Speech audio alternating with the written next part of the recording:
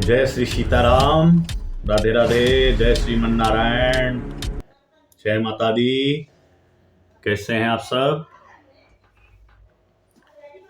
आशा करता हूं आप सब ठीक ही होंगे। ऐसे भगवान की महती कृपा आप सभी के ऊपर बनी रहे। बहुत बहुत शुभकामनाएं हमारी आप सभी को। माता सरस्वती जी का वरद हस्त आपके शीर्ष पर विराजमान रहे। मैं पंडित राजेश तिवारी निर्मोही एक बार पुनः उपस्थित हूं अपने YouTube चैनल राजेश निर्मोही महाराज पर।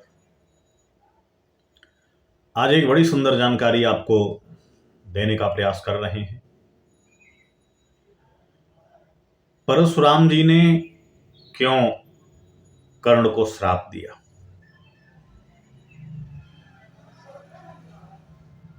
यही जानकारी आज आपके बीच में देने का प्रयास कर रहे हैं और आशा करते हैं कि यह जानकारी आप सबको बहुत पसंद आएगी, इसलिए वीडियो पर अंत तक बने रहें। मेरे भाई, श्राप और आशीर्वाद जिंदगी को बनाने के लिए और जिंदगी को बिगाड़ने के लिए दोनों में ही बहुत कारगर है। बड़ा सौभाग्यशाली वह व्यक्ति होता है जिसे अपने श्रेष्ठ का आशीर्वाद मिल जाता है, और बहुत ही दुर्भाग्यशाली वो व्यक्ति होता है जिसे अपने श्रेष्ठ का, अपने गुरु का, संत का श्राप लगता है। जबकि मेरे भाई, कहीं कहीं तो श्राप भी आशीर्वाद का काम करता है। जैसे नल और नील को गुरु जी ने श्राप ही दिया था, लेकिन अंत में ललिकाई ऋषि आशीष पाई, आशीर्वाद बन गया। दोनों बच्चे थे, बरसात का महीना था, जामुन का फल पेड़ पे पका तैयार था। अब ये बच्चे समंदर के किनारे, ना पत्थर था ना डंडा था, जामुन कैसे शीश से तोड़ें? तोड़ने के लिए कोई औजार नहीं था। तो ये क्या करते, ठाकुर जी को उठा लाते और जैसे गुरु जी जाते उन्हीं ठाकुर जी से जामुन तोड़ते। तो गुरु जी के आने के पहले ये ठाकुर जी को हल्दी रोली चंदन लगाकर फिर वहीं संपुट में बैठा देते। एक दिन गुरु जी लौट करके आए तो बोले, भैया ठाकुर जी को लाओ। बच्चों ने ठाकुर जी को ला के रख दिया और जैसे गुरु जी ने उन्हें नहलाया और रोली छुड़ाने के लिए रगड़ा, ठाकुर जी हाथ में ही फूट गए, क्योंकि वो ठाकुर जी नहीं थे। रोज रोज के पटकने से तंग आकर के ठाकुर जी ने एक दिन अपनी लीला दिखा दी। जैसे बच्चों ने खींच के मारा कि ऊपर ऊपर गए, समंदर में गिरे, डूब गए। मारे डर के कारण बच्चों ने उतनी बड़ी जामुन उठाया जितने बड़े ठाकुर जी थे, उसी जामुन में ही हल्दी रोली लगा करके रख दी। काले काले ठाकुर जी, काली काली जामुन। और जब गुरु जी ने देखा कि ये ठाकुर जी नहीं जामुन है, तो बोले, ये बता मेरे ठाकुर जी क्या हो गए? बच्चों ने कहा, महाराज पुनि पुनि चंदन पुनि पुनि पानी, ठाकुर सरिये हम का जाने। सुबह नहवाओ शाम को नहवाओ, एको दिन ठाकुर जी को धूप में सुखाए नहीं, ठाकुर जी आपके सर गए। गुरु जी को हंसी आई कि हमारे बच्चे बहुत होशियार हैं जो हमको पाठ पढ़ा रहे हैं, और क्रोध आया कि इन नालायकों ने हमारे ठाकुर जी को गायब कर दिया, बस श्राप दे दिया। बोले, जाओ, आज के बाद तुम लोग अगर पत्थर फेंकोगे तो डूबेगा नहीं, तैरेगा। तो मेरे भाई, जल्दी में किसी की हाय और किसी का श्राप नहीं लेना चाहिए। मैं आपसे चर्चा कर रहा था, कर्ण को परशुराम जी ने श्राप क्यों दिया। हम सीधे अपने पॉइंट पर आते हैं। परशुराम जी कर्ण को शिक्षा दिए, क्योंकि कर्ण ने गुरु बनाने का जब नंबर आया तो इसने कहा मैं बहुत श्रेष्ठ धनुर्धारी किसी ब्राह्मण को ही अपना गुरु बनाऊंगा, क्योंकि जगत गुरु ब्राह्मण होता है। और जो हम किसी विशेष व्यक्ति की बात नहीं करते मेरे भाई, जगत गुरु ब्राह्मण और ब्राह्मण का गुरु होता है सन्यासी। अगर वो सन्यासी नहीं है और ब्राह्मण भी नहीं है और गुरु दीक्षा दे रहा है तो गुरु मंत्र लेने वाले का ना कल्याण नहीं होगा, ऐसा निश्चित है। तो कर्ण ने सोचा मैं किसी ब्राह्मण से ही दीक्षा लेता हूं।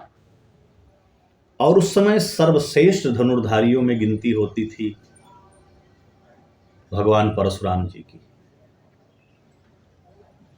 जब ये परशुराम जी के पास दीक्षा लेने गया शस्त्र चलाने की, तो परशुराम जी ने स्पष्ट मना कर दिया, बेटा मैं ब्राह्मण के अलावा किसी को शिक्षा नहीं दे सकता, इसलिए मुझे माफ करो।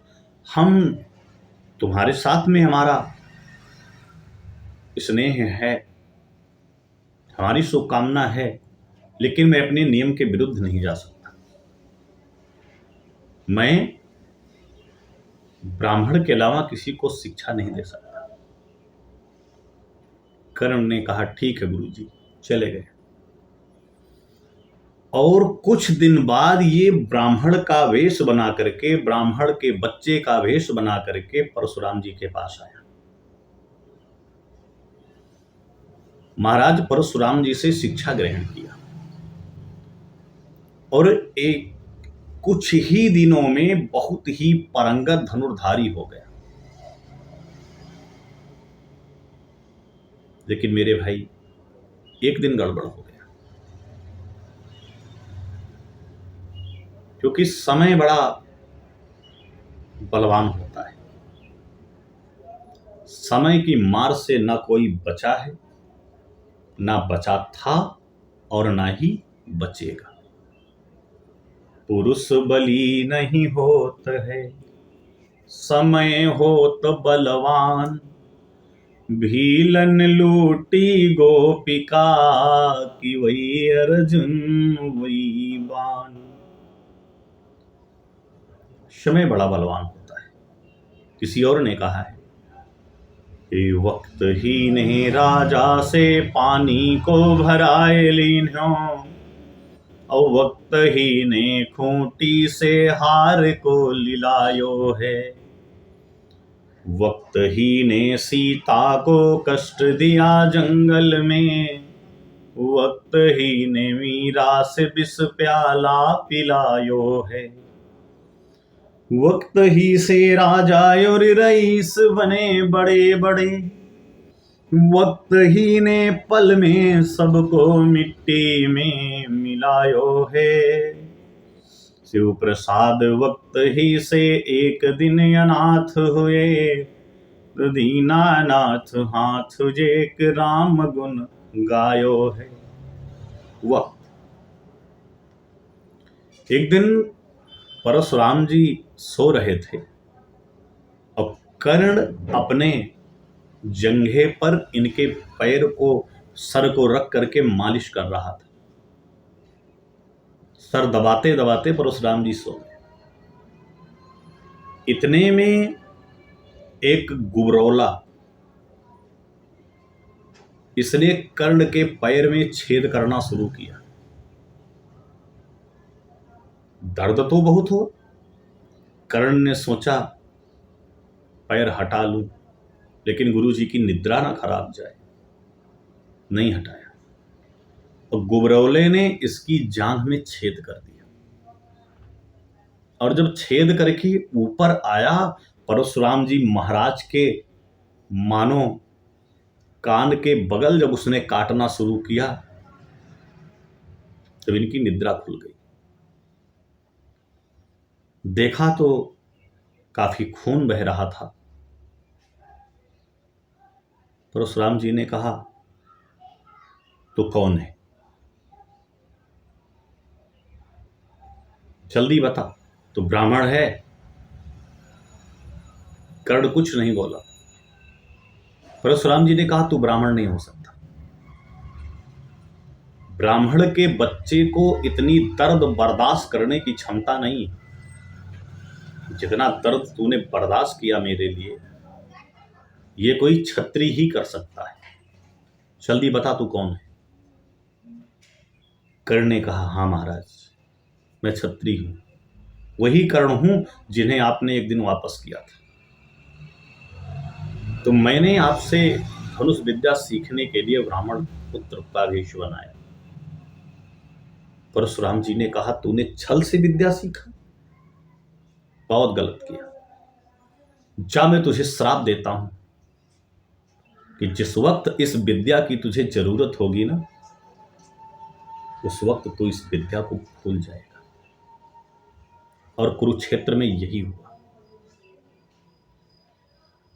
एन मौके पर कर्ण वो विद्या को भूल गया और उसी के चलते वो मारा गया। बस आज के लिए इतना ही। कल मिलते हैं एक नए वीडियो के साथ। तब तक के लिए आप सभी को जय श्री सीताराम।